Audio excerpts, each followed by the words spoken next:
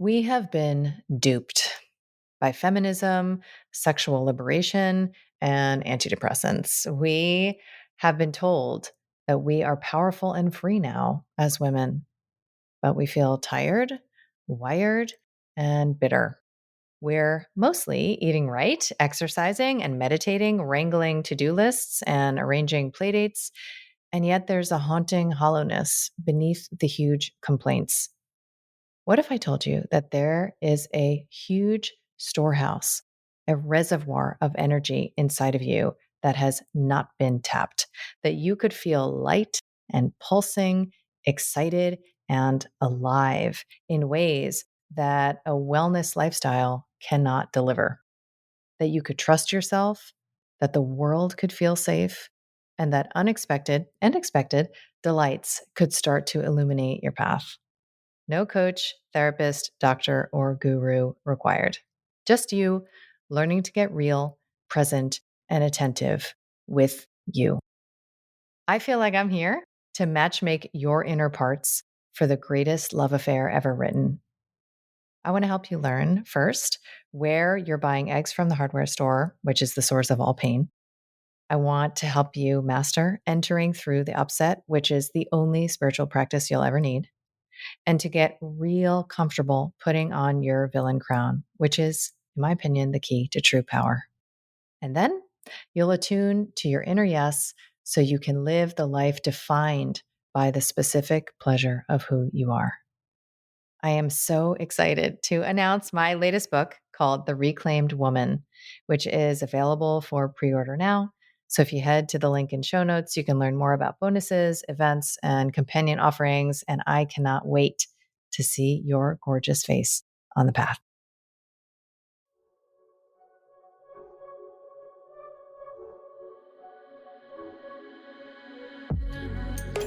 I'm Dr. Kelly Brogan. You may know me as a New York Times bestselling author of a book with an exploding pill on the cover, renegade psychiatrist, pole dancer, or honorary member of the Disinformation Dozen. What can I say? I'm a born provocateur. I've spent most of my recent life exposing deceptions, connecting dots, and discovering the secret places my inner victim is still waiting to be liberated. And now I feel called to help you reclaim all of your parts, your health, your sexuality, your power, and your expression, so that you can finally truly own yourself. I want to ignite in you that inner knowing and the pulsing vitality that lives beneath your disempowerment, disconnection, and resentment, so that you can audaciously, courageously, and playfully alchemize your struggle into the specific pleasure of who you are. This is Reclamation Radio, a Soulfire production. Welcome back to Reclamation Radio. I am Dr. Kelly Brogan, and I am here with my new friend and ally, River Roaring. I have met River through Betty Martin, whom I interviewed for Faces of Fierce Femininity. And one of the points of introduction was that we are on the same page. And it was a kind of like vague, right, reference. And within like one video of yours, I knew what page Betty was referring to. And it is, from what we've been even discussing pre-recording, this exquisitely rare union of interests that spans from health freedom. And, I'm going to put it in quotes because we're going to talk about your activist journey, but activism and this awareness that sovereignty spans everything from a deep intellectual understanding of how we have been deceived, all the way to the very personal inside job of reclaiming and reuniting with one's sexual energy and erotic experience of day-to-day life, let alone what it is to be an embodied woman. And so to have this conversation with you as another woman who is attempting to have, one high heel in each, field, it's such a delight for me because it has been interestingly lonely, I think, or at least fragmenting for me to feel like I have to have my, I quote unquote, that I have to have my, activist, health freedom hat on, and bodily sovereignty, informed consent around medical interventions hat on, or I can have my, sensuality, sexual reclamation, exploration of man woman relating, and desecrating, all of these dimensions of me that have lived behind this extraordinary shame wall. And to have this conversation with you where we can just go into all of it it's really, really fun. It's an honor, actually, River. So thank you for being here. Well, you're so welcome, Kelly. It's truly my honor. As you know, I was your big fan way before the lockdowns. And as you've decided to move into the world of sexuality, I've been in awe and really, really, really happy that we connected. Yeah, I got Betty's email. I think you guys are more on the same page. And I immediately started laughing. I already knew who you were. Like, yeah, way more than you. So funny. So I good love for it. that. I love it. Yes. And it's just a resonance, right? Like Yes. you and I know, and we're going to talk about this, that it's not an information game, right? That it's not about making sure that people are exposed to the science, to the, history, to the behind the scenes 411. It's not about that. It's about something that connects all of these points of interest that we have that is psychospiritual, it's maturational, and it's a very, very personal journey. So I would love to really start with your process. You have walked, from everything I've learned about you, a classic heroine's journey, right? This individuation process that began in your sort of defiant energy, rebellious energy as a trial lawyer and lobbyist. And as I listened to your story, I just saw the exact frames that I have been through, of course, as somebody who chose a very similar kind of career, right? As a doctor, there's a certain, my mentor would say, only sympathetic dominants become, doctors and lawyers. There's a type A-ness, there's a righteousness, there's an energy of, I think, fear-driven control, and the illusion that you can get to this place where you're safe because you know how it works and you know how to fight the fight, right? In my case, whether it was against illness and ultimately the body, in your case, whether it's against injustice, that illusion was very alive. And then there was something that rattled your cage and invited you into the very uncomfortable space of reevaluating this entire identity that you had built up. So I'd love for you to just share how the hell you have gone from, attorney to sexologist and the work that you do today. Thank you, Kelly. Well, I am an indigenous and European mix of a human. And my grandfather came over undocumented into the United States from Central America, just like all of our early immigrants in the US did. And so I came from a line there and was the first in my family line to graduate from college. So I felt like it was totally encouraged, to go toward college and go toward the career that would pay well and learn and be very brainy.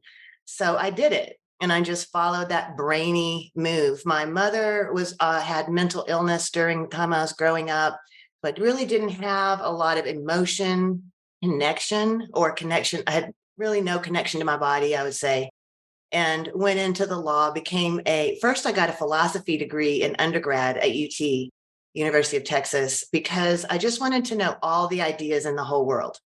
And then after I got my degree, I went to law school because I realized, well, I could get a philosophy degree, and where's this leading? Writing books that are going to sit on a shelf and get dusty, because I saw all my teachers were just having these dusty books written that meant nothing to anyone. So I wanted to go somewhere where our ideas could be put into place and force people to do them. That was the old me. Okay. And so went to law school and became a trial attorney and a lobbyist with my own office for over 20 years. And so I was my own boss, and I took on family law cases as a specialty. We ended up specializing in high conflict divorce and custody cases. So that was like really an intense way of being a trial attorney. And in addition to that, I also would, in my spare time, work with some great friends of mine who we were great friends for years. And we fought the system. And so we developed ways of first fighting at City Hall for police accountability, which led to me being a finalist for the Austin Police Monitor later on. I think I was a token for the community. And then went into realizing the police were actually governed by state law. And we went over to the state legislature and became very powerful there. We created a large team. We started getting grants from, I'll be honest, George Soros, among others. And luckily, we were effective and we reduced the prison population significantly in Texas. When we went in there, they were going to build 3 more prison units on the 120 we have. And even now, they've closed units because we started working on getting nonviolent offenders out of prison.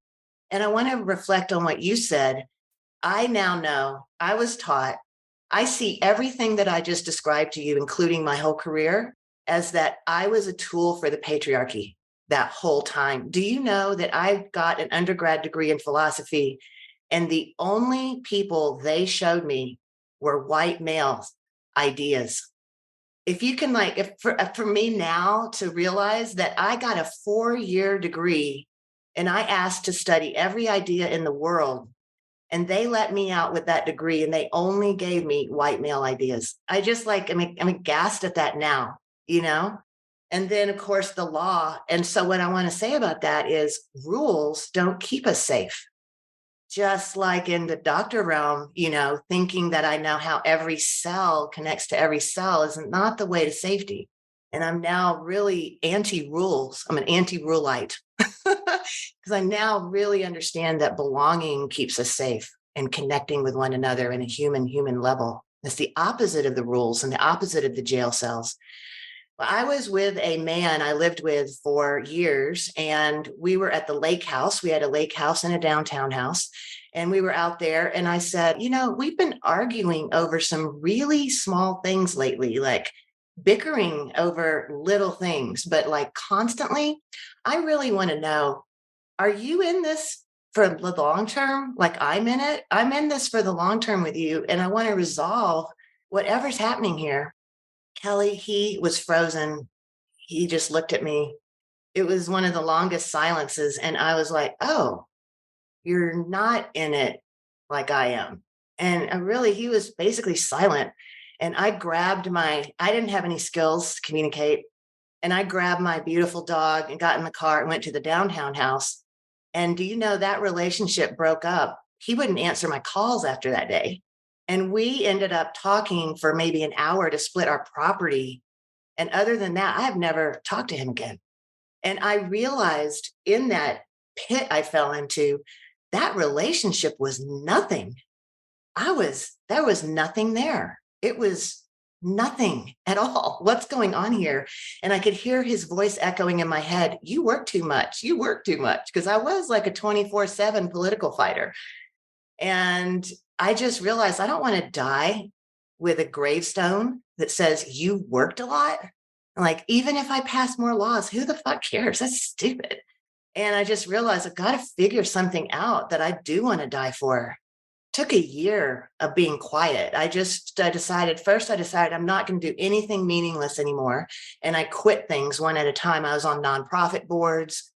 I was part of different political organizations. I quit. I sat in my living room after work every day, like, this world is meaningless, until I was sitting there one day and I remembered a sexual fantasy. And I felt this distinct tingling in my torso, right in the bottom of my torso in a line. I'm like, okay, this has to mean something. Like, in a meaningless world, this strong tingle has to mean something. And I actually was a bondage related fantasy that I'd had as a core erotic theme my whole life, adult life. And I went to the computer. I typed in Austin BDSM. I still don't know why I really even knew that acronym. But all of a sudden, this was before FetLife, but all of a sudden, all of this world opened up on the computer, sharing with me that there's there's a kink community out there, and they're getting together, and there are reams of protocols and ethical ways they maneuver. And there are tons of agreements and safety procedures. And I was just like, whoa, all my body lit up. Like, this can't be possible. Are there really people doing this? I just couldn't believe how exciting it was in my body. Kelly, from that moment on, I followed my body. and I'm there today. And that was 17 years ago. What I did is launch into a sexual journey, which led me very quickly to wonder what else is going on in this town I don't know about. So I decided to find every subculture in Austin, Texas, which is a city I love. And I found a spiritual community also, the Toltecs. I studied with Heather Ash Amara and Raven and became a Toltec. And so my spiritual and sexual journeys literally grew together, completely together. And as I played hard and found my own sexuality, I was also finding my spirituality together the exact same time. And after 5 years of Toltec work, very hard, really hardcore work on myself, excavating the old patterns. In Toltec, they teach us don't serve until you're ready to serve. Don't just come out of the box serving. You need to do first work on yourself until there's a calling. And 5 years into my process, I sat up from a ritual we were in. I remember set bolt upright, like, oh my God, I'm here to be a sexual healer. It was so beautiful. From that day on, I started training myself. I've been to every workshop and everything that I could find in the United States. And then also working on how am I going to shut this law office down? And finally, about 9 years ago, when we closed the office, and I went from esquire to escort, Kelly. And I had a hell of a lot more fun. And I made no less money. And now I've become a trainer, and now I teach workshops, and I am still a sex worker now as a surrogate partner, which I'd love to describe if you feel like it. Yes. And now I do training. Now I feel like I am a trainer of trainers within the world of sexual sovereignty. Thanks for hearing my story. It's incredible because I'm so interested, as I know you are, in polarities and in the energetic alchemy that was required for you to, and for me, because our stories are so similar to, well, other than, the professional nature of your work, which just, it's Yeah. interesting to me. It's compelling. I'm making a study of so much of what you are living, right? So I absolutely want to hear more about what your work looks like. Actually, what does it look like, right? Like what actually happens in the room.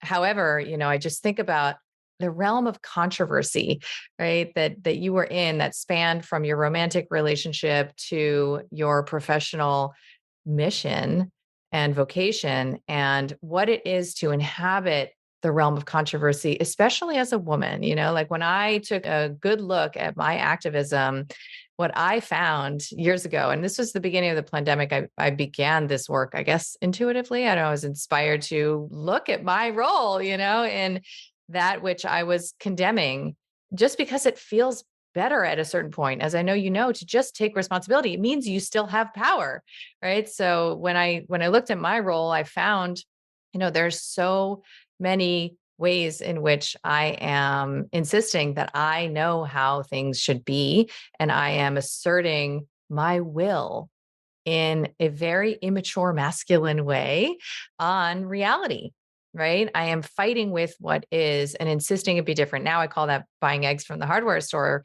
but it took a while for me to see the fear, and specifically, at least in my case, the fear of men that was beneath my activism, like this very primal childlike fear that I would be punished to the point of extermination, right? By the father, by the bad father. And I think this is archetypal for women, to know how to work with that biological reality that a man could put his hands on my neck and, snuff me out in a second. That is a biological reality that women walk this plane with, this white noise of fear. And that was in so many ways mitigated by this, I think, defiant energy of, you're not going to get me, right? Like, I'm going to show you. I look at my book with an exploding pill on the cover through that lens now.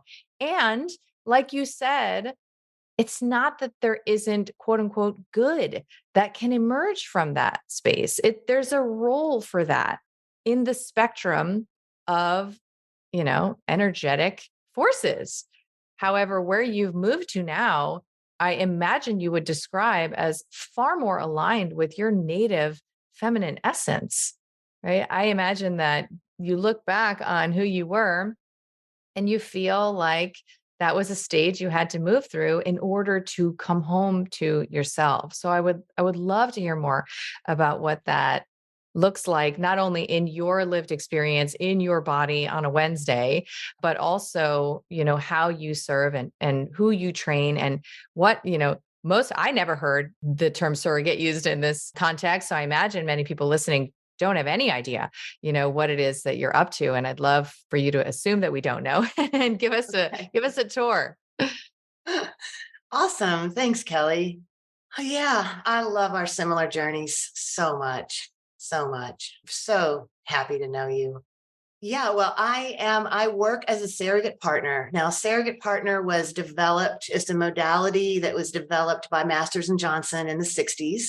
And so there's a TV show called Masters of Sex, which is about Masters and Johnson, a beautiful couple in the 60s who developed surrogate partner program, among other things. And they're also responsible for developing it's called the arousal curve or something like this, the arousal something where yeah, so when they developed surrogate partner, they were also developing this idea that it's kind of like they made first base, second base, third base home script. It's kind of like they made this thing where sex equals get aroused, have foreplay, rise up in energy, and then the man will ejaculate, and then everything will be over and everybody will go to sleep and be happy. And they will also then get married and have a really successful marriage because they could do that together. And so in the beginning, surrogate partner was what it still is today, but we've developed it a lot. So back then, it was there are people who are going to sex therapists, and I think it's much more needed now. People are going to sex therapists today and they're talking about what they want to change in their lives. But some of those people who are talking to the sex therapists are not able to get out the door and make those changes in their life for some reason. It could be social anxiety, it could be a physical disability and the beliefs built up around that. It could be a neurodivergence and the beliefs built up around that. But for some reason, they get stuck talking about it. And so I come in as a surrogate partner and I sort of act like the touch partner or the relationship teacher.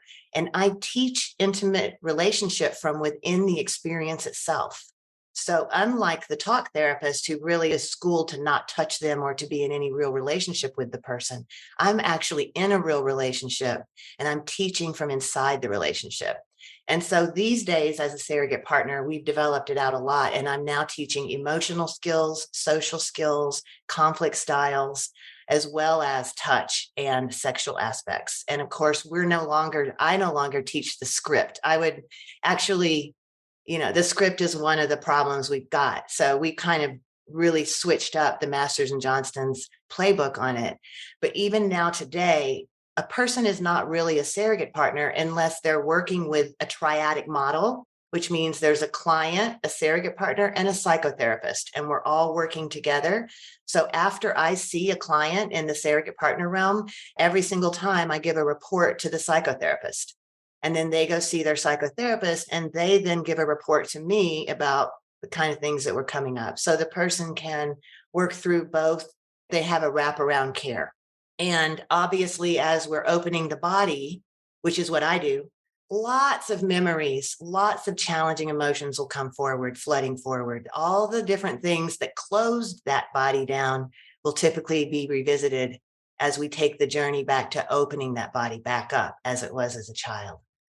So, what are some of the complaints that a client would come to you for, right? Because a lot of times we have a superficial concern, right? So it might even be a physical symptom or might be a recurring pattern in a relationship or we're blaming our partner for whatever. And at the root of it is this sexual shame, this disembodiment, this disconnection. But people probably don't often have that self-awareness, right? Where they're coming to you saying, my body is closed down, or maybe they do. I don't know. My body is closed down. Help me open it. Like, what are they perceiving as the problem? And what are you seeing as the way through typically? Oh, that's beautiful. I usually work with men, not always. I have a woman client right now. I'm happy to work with all genders, but with men, I will say that it's usually perceived as a physical issue. So they're usually coming in saying erectile dysfunction or rapid ejaculation, which is not being erect when you want to, not releasing when you want to. And that's frequently the complaint or the thinking. Frequently, I see men who feel like I can't talk to a woman because if I do, it will definitely lead to us having a scripted sexual act that I will fail at. So, therefore, I will not leave my home to speak with anyone so I can prevent that from happening. Well, isn't that a great problem solving technique there? And what I do really love sharing among so many other things, I would love to share about boner shame a little bit because I've never heard any other human talk about it except one homemade YouTube from a girl in Detroit. And everything I could find. I'm like, that's awesome. But may I say a few words about boner shame? Absolutely. You have the Thank you. stage. Thank you. I feel that there is no such thing as erectile dysfunction. I don't use terms of diagnoses and dysfunction and brokenness with people at all. I don't honor those words, but I will say here, for the purpose of expressing this, that I don't do it. I believe erectile dysfunction is cultural dysfunction. So, what happens is for half of our population, we don't let them move their bodies naturally. To me, that's like, period. It's like that should speak for itself, but we're not even talking about this yet. And so, for half of the population in this culture, we don't let them move their bodies freely, which means you cannot have a boner. You cannot have it in public. You cannot have it usually in your own home unless you're by yourself, even if there are children in the own home. So there are these humans called men who have, cocks. And so they aren't allowed to move them. And we now know that the body, the mind, and emotion are one. So if I can't move my body, then I also can't have certain emotions and I also can't have certain thoughts, basically. So, me, I can go to the grocery store and be juicy, turned on. I can notice the breeze on the hair of my legs and get so excited, and my hair on my arms. I can notice the butterflies and just get turned on and be so aroused, juicy all day long. But no, the men can't do that by culture shame, by sexual shaming. And then what that results in that really aggravates me is when we have this meme that men don't have enough emotion. And I get enraged, Kelly. I mean, I'm like enraged by that. And then the other meme is that men aren't creative in bed. I'm like, well, they can't ever think about it. They can't be in that space except for like 1% of their life when they're in their bedroom or in their shower. Like that's the only time we let them have sexual sovereignty and freedom over their own bodies. Talk about bodily autonomy. And so then what I really feel is that all the men who have this, they think they have this broken diagnosis, but what it really is like, no, 99% of the time, you're supposed to make sure this body part doesn't move at all. And then during the time sex is happening, you're supposed to have it rock hard the whole time until someone says it's over, until someone says it's been hard long enough. And then it's supposed to go right back down into place, never move again until called upon. That's cultural dysfunction. That is broken like anything could be, as broken as anything could be. It's so interesting. I love this conversation, and it's so much where I've come to in a lot of my exploration is to develop this like deep compassion for men and their plight, and to take responsibility as a former feminist, or at least the way I described it, in creating the conditions for my unfulfillment, by men at large, right? And I believe that we have done this culturally. And of course, I can say to you that I believe it's a deliberate agenda and that it's been seeded and engineered. And the quote that of course is coming to me is that Krishnamurti quote I often reference, which is no sign of health to be well adapted to a profoundly sick society. So these men who are functioning within, the paradigm that we have set up for them, that's curious, right? Because there's probably no reason they should. I mean, I think of schooling, right? The roots of what you're describing culturally are very deep. I mean, just think about a little boy, right? Who could be running around killing things, like building things, whatever, developing masteries. And instead, he's expected to sit his body still in a classroom, listen to a woman all day long, typically, right? A school Yep. teacher all day long, tell him what's what, raise his hand when it's time to go pee pee and poopy, and never eat when he's hungry. I mean, of course, this is true for women too, but little girls too, but it is a very different level of offense. And it's a grotesque display of, this specific and deliberate oppression of the masculine in society, because, a society that is controllable has no men at the helm, right? It has men that are so confused and disempowered That's around their own predatory energy.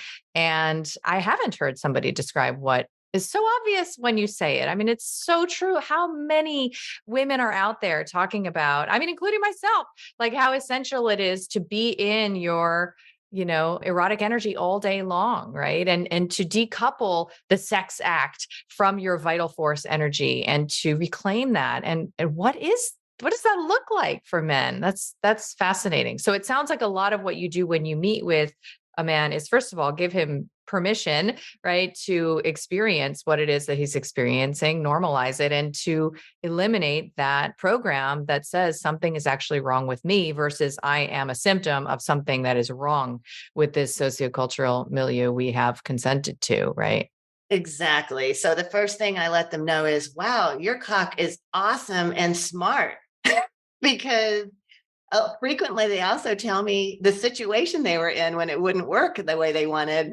And I'm like, nobody's body would work in that situation. That was a really terrible environment for your cock to be working. You didn't set that up. You did not learn how to create the environment where your body wants to come out and play. And half the time, they're on these pills, potions, pumps, there's a $1 billion industry out there just for that. It's just shocking. But I will say also, when they come in, we work on conflict styles and welcoming conflict, and we do all these other things. But what I really center on is the wheel of consent with them. And so we go straight into because the wheel of consent allows me to feel my body now and listen to my body, and then gift one another from a listening of the body perspective. So we go straight into that and develop that to its fullest inside the surrogate partner container. I'm going to pause here for a quick second. If you are into the topic of man-woman relating, polarity, and what the reclamation of Eros has to do with holistic health, then I invite you to check out and download my free ebook on the subject at the link below, and to also check out a blog I wrote that goes deeper into the subject of BDSM, some of the science supporting it, and why these reframes and tools may be exactly what the world needs to move out of confusion, resentment, and victimhood and into personal empowerment and pleasure. Hope that helps. So this is, of course, what connected us. This is Betty Martin's work. And when I learned about this from my coach, Whitney, one of the first things that I did was teach it to my daughters, because I thought if I had understood this early in my embodied life, every single relationship that I had with a partner would have been different. And my relationship to my own sensuality and embodiment would have been different. And I would have had a framework within which to interact with every single human, that I talk to. And so I would love for you to elaborate on it, because this framework is game changing. And the reason why is because it brings, I think, consciousness and intentionality to that which would otherwise keep us arrested in like disempowerment when it comes to the complementarity of energies, right? So, I'm going to give you the mic because I'm not an expert in this. I'm just fascinated by it. But somebody who is touching somebody else right, often imagines that something's going on that is not happening for the other person. And so we have performative sex acts where neither person is fulfilled. Both think that they're giving to the other and no one is receiving. No Yes. one's having an experience. But this is true in all of life, right? Where this caretaker woundology is driving the sense that we're doing for others when in fact we're taking, right? It's the offer that has a covert ask. I mean, the layers of this are so profound, but to take it just into the basics of touch, right? The basics of one hand moving across a body is where you can see that we don't know what we're doing, right? There's no actual consent, there's no actual awareness.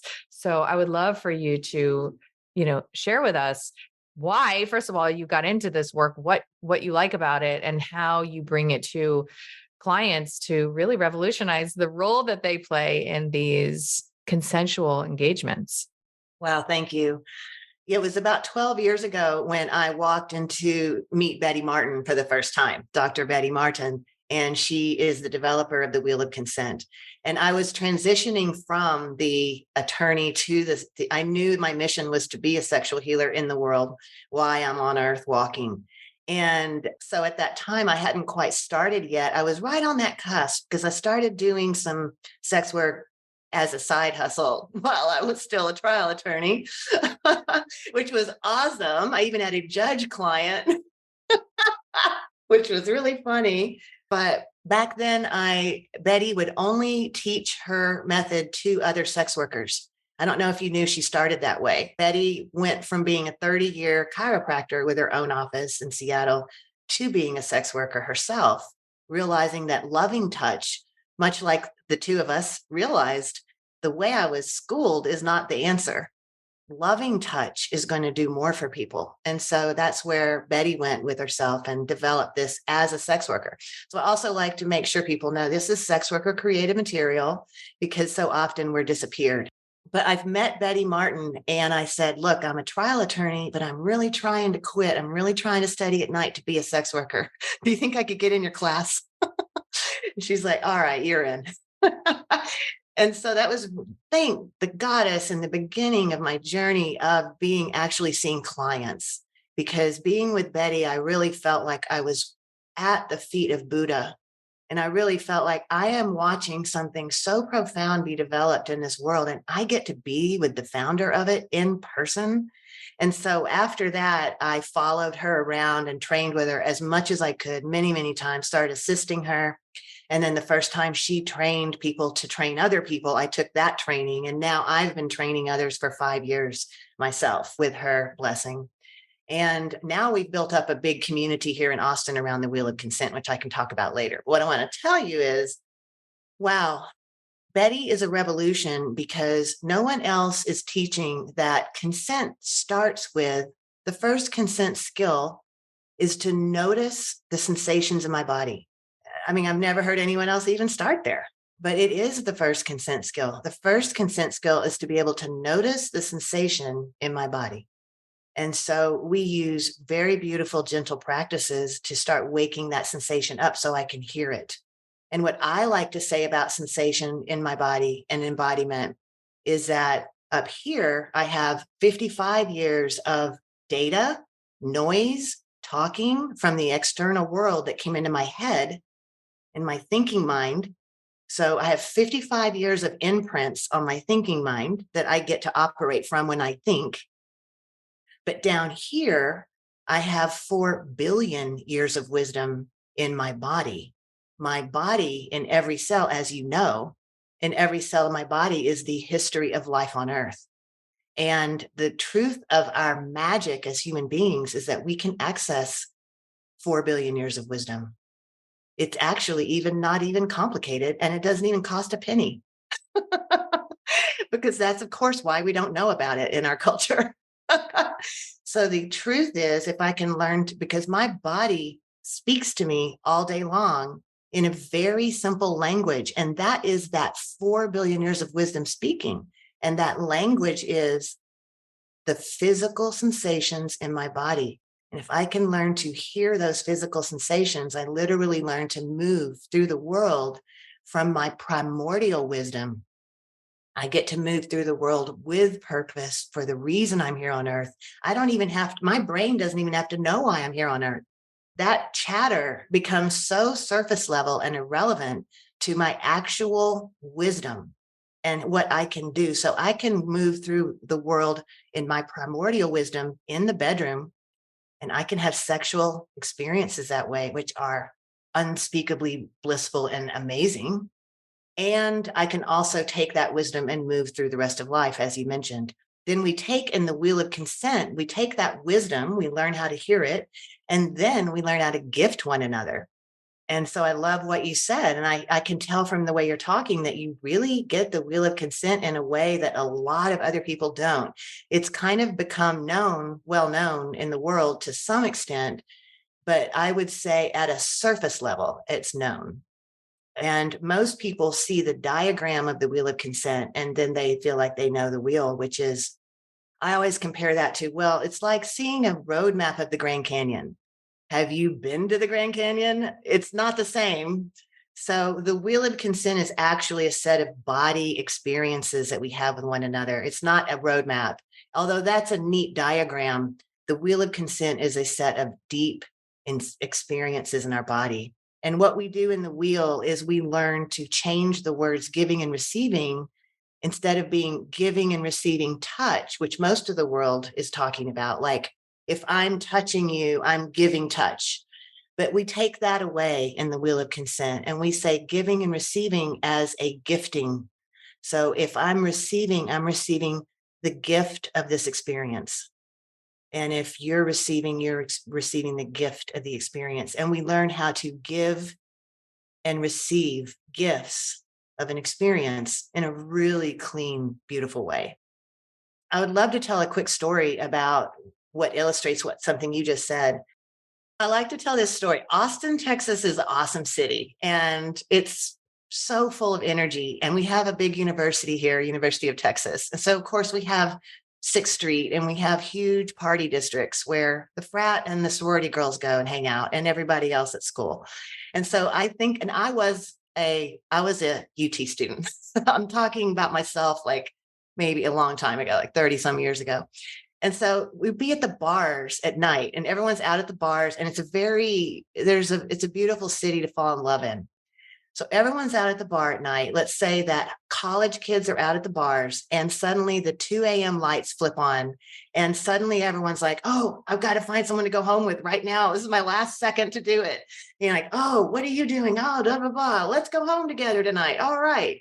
So let's say this is a stereotypical situation. We have a young boy, a young woman, a young man, and a young woman going home without knowing each other first very well, without a lot of talking ahead of time. And they're running home to have a sexual escapade. And a lot of stuff happens. There's a lot of touching and sex happening. And then they go home. And then if the young woman gets on the phone to her friends the next morning, do you think she would say she was giving gifts or receiving gifts? What do you think she might say? She probably, well, it depends on her age, but imagine that she was giving. Giving my body. I just gave this and I gave that and I let him have this and I let him do this and I let him go that far. I said stop on this, but I let everything else happen. Whatever that story is, I was giving. And the young man gets on the phone to his friends the next morning. What do you think he's saying to his friends? I was either giving to her or receiving stuff from He her. was giving it all night. Exactly. Yes, baby. He was like, I was serving her so much. I did this for her, that for her, this for her. And so what that tells us is typically in our culture, I believe on purpose, we are taught to give only. So we're just taught give, give, give. And so we had two people giving to each other in a sexual escapade and going home, which is fine. I mean, like, that's okay. I mean, It's like, it's it's how life, crazy.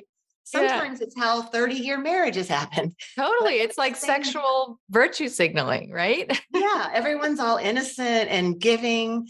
But the problem we have there is that what was missing that night altogether, desire. It's like no one named what they would really like to have and had it done. No one asked for what they really wanted. So what we have is, whether it's a one night stand or a 30-year marriage, we can have truly a lifetime of interactions where desire isn't involved in our sexual activity. And that's not how we were born to be. That's not sexual sovereignty.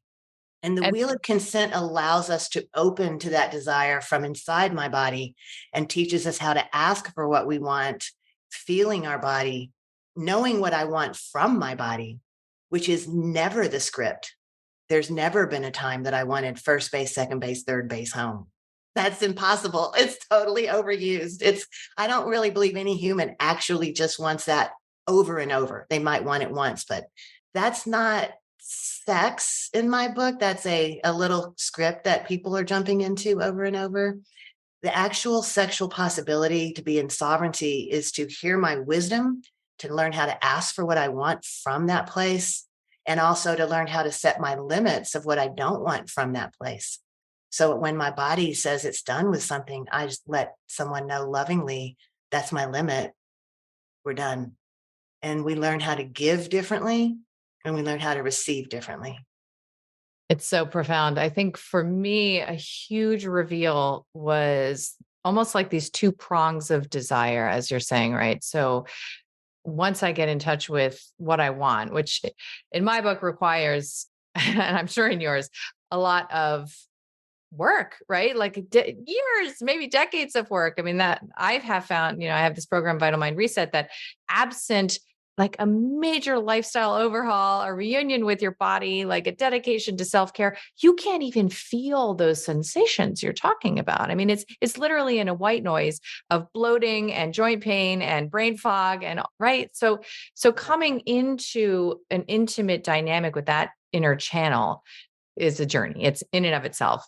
However, once you have a sense of what it is that your body is asking for, it might look like, oh, I want someone, to touch my nipple, or it might look like I want to run my hands over his beard, right? So it can look like receiving, quote unquote, touch, but it may also look like taking touch.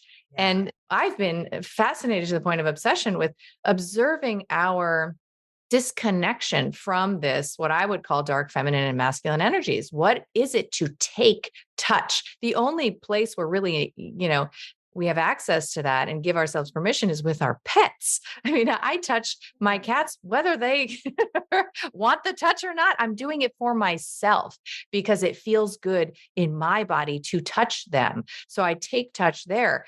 But to take touch from another, it requires that you own that that's what you're doing. I mean, how many men are like, oh, honey, let me give you a massage. And what they really want to do is take that woman's body, right? But they're going to kind of faux give in order to have the opportunity to maybe take.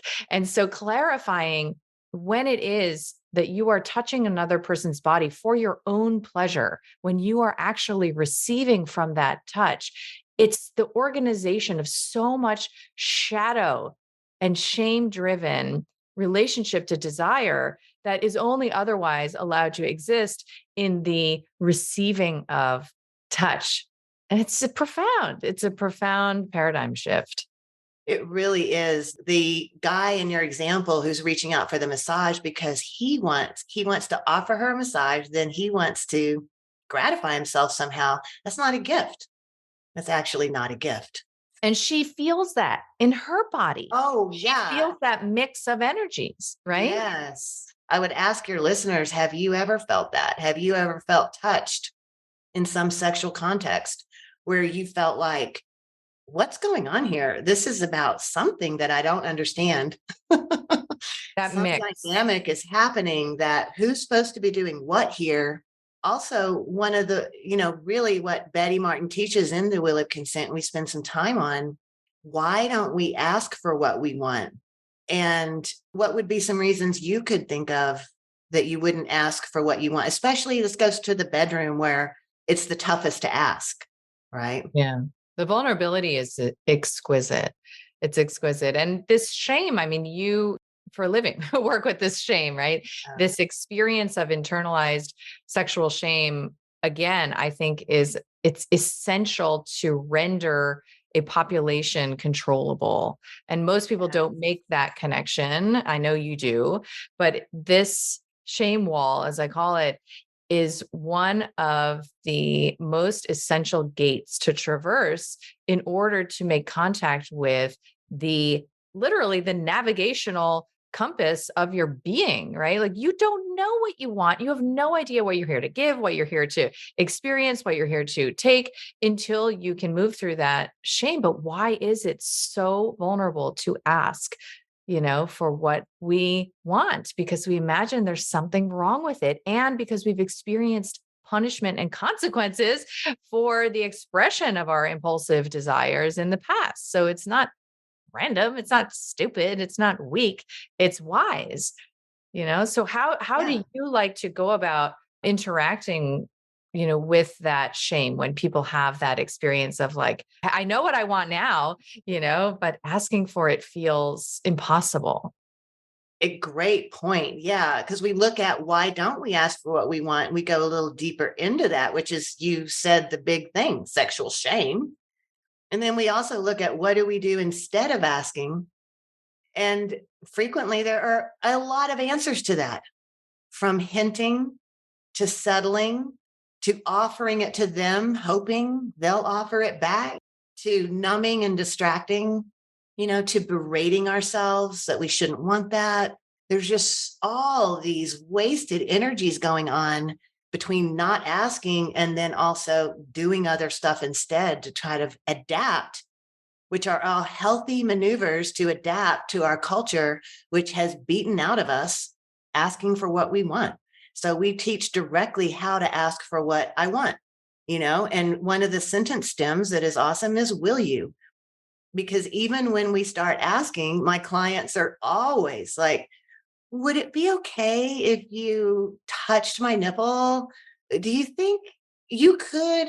And also, maybe touch my nipple? It's like, well, no, we're not doing that here. We're going to use the sentence stem, will you touch my nipple now? And also, isn't that sexier? If Mm. you're someone who's being asked to do something, if you're like, maybe do that, I'm like, I don't even know what you want right now. So we really work on the skills of will you. And you know what the wheel of consent shows us is that asking for what I want is the most vulnerable thing I can do in the entire world. Why is that? Because another reason I might not ask for what I want is because this may mean I lose my partner. What I want is blah, blah, blah. And I know that might risk us, but that's what I want. And another way is looking at it is I might risk my entire tribe. So this is a survival level vulnerability because it's very easy to imagine, I think, for you or I, how we could lose an entire tribe, an entire community, be blocked and censored, etc., just because we stood for what we want and who we are. And that is something that we have been I totally agree with you. Someone has done that on purpose to us. And I am in the business of showing people again how to ask for what they want. And another thing that you point out here, and how do I know what I want? Because my body is going to give me that info. It's not from the ticker tape and Excel spreadsheet mental 55 years thing. That's not going to tell me the answer, because what I want is from inside me. And all of that data for 55 years that's been shoved to me is from outside of me. Yeah. I'm never going to find what I want out there. What I want is in here. And all I need to do is learn how to hear that and then ask for that. And it's a vulnerable thing. It's a really big deal when people learn to do that. Super big. And so, therefore, just asking is the most vulnerable thing. It's even, again, another step to now someone says yes. I want to run my hand all the way down your body, from your forehead all the way down to your toes, really slowly. Someone says yes to that. Oh, now it's my turn to do this. So reaching out and getting something that we want, putting our motor skills in play, plus our desire, and reaching out and taking touch for me is almost 100% beaten out of our culture. And I'm in the business of showing people again how to do that, because we have to learn We must learn as a human being. I believe as a human being, I have a basic need to sometimes receive things for myself. Like sometimes I need care. Sometimes I'm going to be broken down and need a hug, a hot tea made for me, cry on someone's shoulder. That's a human need some point in my life to receive gifts for me from other people. And the same way I have some point in my life, I also need to be taking care of another and giving to them, holding them in their time of need. Those are human needs. So if my culture has beaten out of me the receiving of the gifts for me, I'm trying to always be in a giving mode. But because it's a human need to receive, I'm forced to steal. Right now, I'm in a place where I have to act like I'm giving you something, but steal during that back rub for me. And you have a classic massage therapist who's always giving. If they don't go fill their cup up and receive on the side a lot, this is me too, as a surrogate partner. I give a lot of touch. And for me, I have body work sessions every 2 weeks for 2 hours. Sometimes they've been every week just to make sure I'm getting stuff for me. I need to keep my cup super full, or else I will go into the giving session and I might steal something. And I don't ever want to do that. It's so interesting to think about the false dichotomy of narcissism and codependency, right? And how culturally there is a sanctioning of codependency, right? So if you give with a covert expectation to receive, don't worry about that. You're still giving, right? You're in the giving role. You're so generous. Whereas, the narcissistic end of the spectrum where you just take what you want, like it or not, I'm going to take what's mine is shamed. I mean, scroll any social media and there's like 10,000 videos on how to deal with your narcissistic toxic ex or whatever it is, but they are just two sides of the same coin. And so what I hear you saying is, of course, what I believe, which is that our responsibility as adults is to get in touch with what we actually want, learn how to ask for it, perfect the art of receiving, and to hold our boundaries and our no. That is what we give another and simultaneously give ourselves. And that's the beauty of it, right? So if you think about what would make for an amazing world, right? Everybody who knows what the fuck they want, how to ask for it, and is honest about their no, right? Because if you ask to run your fingers down your partner's body, but you can't trust that they would say no if they don't want it, then you're still mind reading. You're still in that vigilant anxiety, like, well, what if they don't like this? I don't know. They said yes, but what if they didn't really mean it? When we heal that caretaker, when we step into personal responsibility and we really own our yes and our no, all of that dissipates. That's why BDSM is appealing to people who have sexual trauma, right? Because you can trust you're in this role, you're the giver, I'm the receiver. My no is my responsibility. This is amazing, right? It's just this clean, clear, pure, consensual dynamic where previously what existed was just a mess of violations of self and of others, right? So what is more important than this, right? So that's why I love this conversation with you, because I know that you agree that the most powerful form of activism does not look like controversy. It does not look like fighting the bad mommy and daddy. It looks like embodiment. It looks like taking responsibility for your vessel and learning how to experience pleasure, right? I mean, it's like, who would think that that's where you would land? As an activist, if I interviewed you 30 years ago, you would probably have some judgmental shit to say. I definitely would. And it would be really angry. It's so amazing to me. But this is fundamental. This is what we should be learning, so early in our life. And instead, in our 40s and 50s, we're figuring out like, wow, I don't know how to say no. And I don't know that that's a gift, right? Like my limits, like you said, are a gift. And I have no idea what I want. So what actually are we even doing with each other? What's actually occurring here? It's just so trauma fueled. If we're all doing that all the time, we're just like that couple having some kind of physical escapade, but no one had desire show up there. And I do love to say, if there were an oppressor, wouldn't they love to have a population that had no desire left? Wouldn't that be convenient for someone who still had their desires intact? Right, It's exactly. very obvious to me that this is how you oppress a population. Yes. And within the wheel of consent, we learn to, if there's anything I want and involves another person, there's only one thing I can do: ask for it, right? That's the only thing I can do. And then abide by that answer, which would stop pretty much all war, right there. So I learned to ask for what I want. I learned to live with the answer. I learned to hear my body when I'm finished giving, no matter what the gift is, and say, I'm finished giving now. I'm done. My limit is here. And then also when we give, we learn there's no guessing in giving. So this is also a huge relief for people in the sexual realms. Like, whoa, never again do you have to reach out and wonder if what you're doing with your partner is helpful for them, or they enjoy it, or their pleasure. You don't have to ever again, because what are we going to do instead? We're going to say, darling, what would you love right now? What would be fabulous for you, my darling?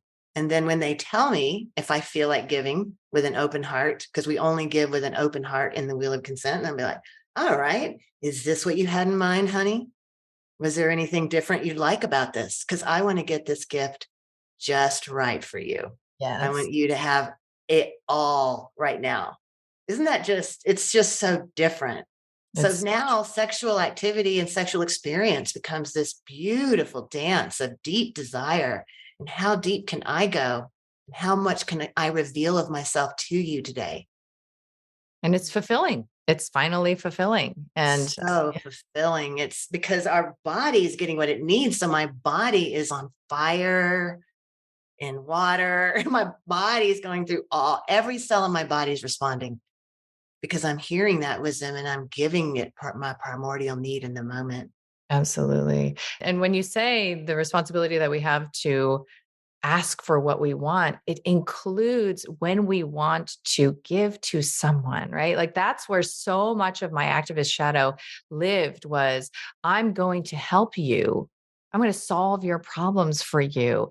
And never would I say on the interpersonal level or on the public stage, like, you know, is this what you want? Do you want my help? Right? Do you want this information? Right? If you have a friend, who just doesn't seem to get what's going on in the world, and instead of sending them the YouTube or the journal article, I would really feel good if I could share this with you. Does that work for you? Right? Like that's one of the places where for me, this concept has really smoked out a lot of covert agenda. I mean, as a mom, I have not been the kind of mom for whatever reason to be like, oh, say thank you, go hug your uncle. None of that. Okay. None of that went on.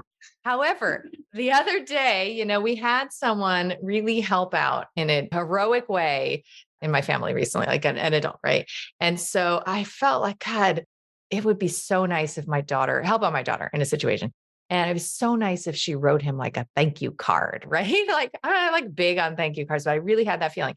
And I thought, what's going on here, right? Am I going to like coerce my daughter to write? She didn't feel organically inspired to write this thank you card, right? So what's actually going on here? And so when I brought it up to her, I said, I would feel really good, me, if you would Oh, write that's this thank you card beautiful. to this guy. So it's not, you're not doing it for him, and only if you're willing for me. And if not, cool.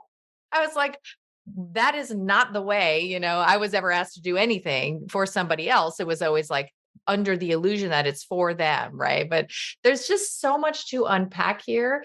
And I really see that the work that you have translated your impulse to serve humanity, I really see the way that you have been called to translate your impulse to serve into these very foundational elements of embodiment, of sexual reclamation, and of conscious consent and awareness around our desires it's the road forward. And so I'm really, really, really excited about what you're doing in the world and excited to learn more from you. I would love, River, to end on a request for you to share an embodiment practice that you do personally, because you talked about the self-care, that is required in the work that you do, and the self-attunement, this recharging. When you find yourself up in that beautiful brain of yours, what do you do, to bring yourself back down into your body so that you can feel those sensations that help you to know whether you're in a yes or a no in a given situation in life? Is there some kind of go-to practice that you engage? There sure is, Kelly. It's about the sensation in my skin. So coming back to my sensation is what I bring myself back into, because I know that's where my wisdom lives. And so when the wheel of consent, we have one practice, waking the hands, where we learn how to use our hands for more than just tools, but rather the what I call extremely high level pleasure perceptor Maserati hot rods that we're born with here, because there's so many nerve endings here. And this is an experience that changes over time. As I wake my hands, everything changes in my body as I do the practice more and more, like meditating. And so I come back to sensation in my body by waking my hands, or like some other way, like right before this podcast, I asked my partner, will you just lay down on my body all the way on top of me, just physically lay there and ground me down for 5 minutes and let me just feel your breathing and my breathing, so that I can come back to sensation in my body. So I can come from there. I don't like to use my mind more than like 30 minutes or an hour a day. I like do emails. This is it. The rest of the time, I want to be moving from here. And so I just bring myself back into physical sensation in my body. Beautiful way to do that is just lean back and pick up an inanimate object, because I can't get confused with an object that I can't caretake an object. Just pick an object up, lean back, and just let your hands exquisitely feel sensation. It's not about what does the object feel like, it's about what is happening in your hands, what can happen in your hands. It's a really exquisite practice called waking the hands. I am so glad that you shared that, because that was a life-changing. I also taught my girls that practice. And Oh, just to reiterate, because it took me a long time to even get, the simple instruction, right? So let's say you're touching a ballpoint pen. yeah. You're going to focus on what the pointy sensation feels like to your hands, not what a pointy sensation feels like, right? A lot of times I ask clients, what'd you notice? And they're like, oh, it's hard and pointy. Like, oh, I meant, what did you notice about your body? Your Right. body. Because Right. over time, this neural connection inside my body, from my hand to my brain, over time, this will open, because we have neuroplasticity, you may have heard of. Right. Exactly. And so over time, this opens. And I want to add that as I wake my hands, I may have a lot of challenging memories or difficult emotions come through, because there are lots of dynamics that clamped down this sensory nerve connection over the time as I was growing up, related to sexual shame, possibly abuse, trauma, lots of different things shut this down so that I'm not using these as sensory perceptors. And I'm talking about what happens in our culture to almost everybody. And I don't think it has to be that way, but that is how it is today. So as we open and wake our hands, I do want to just say a caution and be gentle with yourself. A lot of memories could come through. It could be a challenging moment. It could be that that's not pleasure. It's a lot of other feelings. And that's just because they want to come out. They want to be seen. This is actually a trauma practice as well. So if we can just gently be with self through those moments, if we need to set the object to the side, take a break, re-regulate your system and come back to it. So it's like a beautiful, pleasurable practice sometimes and usually, but there often are things to work through as we go through the practice as well that aren't so fun in the moment. I mean, all I can think about is like, who needs some major, psychedelic experience when you, with your own body, with your own skin, you can have this reclamation of all these fragmented dimensions of yourself. It's really profound. So I am so, so, so excited, about the work you're doing. And I think that it is such an essential bridge between conversations about sovereignty that otherwise would never be linked together. And I'm delighted, to walk Thank this path you. with you, River. It's great to be here with you. Thank you. Someone asked me just the other day, is it all about sex? Is it all about sex? And I'm like, thank you for asking that. It is not.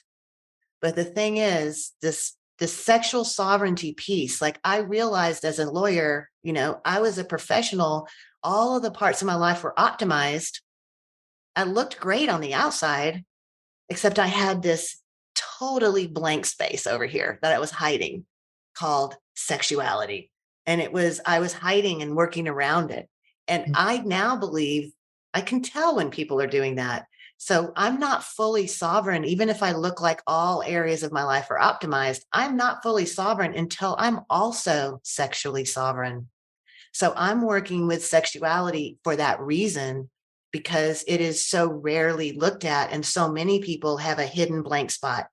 And I want that to be brilliant and shining and open. Once I am sovereign also in that area, then I believe that is now where I can bring my full self toward sovereignty and my life purpose on earth. Mm. And then when I'm building community here in Austin. We've got a gorgeous wheelhead community of wheel of consent practitioners that is just incredible. And as we grow together and we're sovereign in our purpose individually, I believe it's those humans who are fully sovereign who will change the course of humanity together in a really beautiful way, even in the next few years. And so that is why I do my work. Thanks for asking, Kelly. Absolutely. I mean, I could obviously talk to you all day, but the last point I'll make is that the conscious reclamation of that erotic energy is how you get back in touch with your power, because otherwise you're in what I call the erotic caress of the enemy. When you were a trial attorney, you were channeling a lot of erotic energy. It's just in the taboo. It's in this unconscious dynamic with that fight, right? Like think of any enemy we fight as activists. We're obsessed by them. Our body is charged with all this stress, apothecary inside of ourselves. And it is an erotic dynamic. It's just simply not only not conscious, it's not intentional, it's repressed, and it's not pleasurable overtly, right? It's like we were talking about existential kink. It's like you're getting off. It's Yeah. just through your own struggle, suffering, victim consciousness, and through controversy. How do you transmute that? How do you alchemize that so that your turn on, your experience of your eros is within your control and consent? So it's such a profound dimension that no one is really talking about, how this eros is, I mean, it is life force. It's gonna flow. It's gonna pump. It's just like, how much are you the one directing it and offering it your open heart, right? To fuse that force. It's profound. So thank you. And this will definitely not be our last conversation. Awesome. Thanks again, River. Awesome.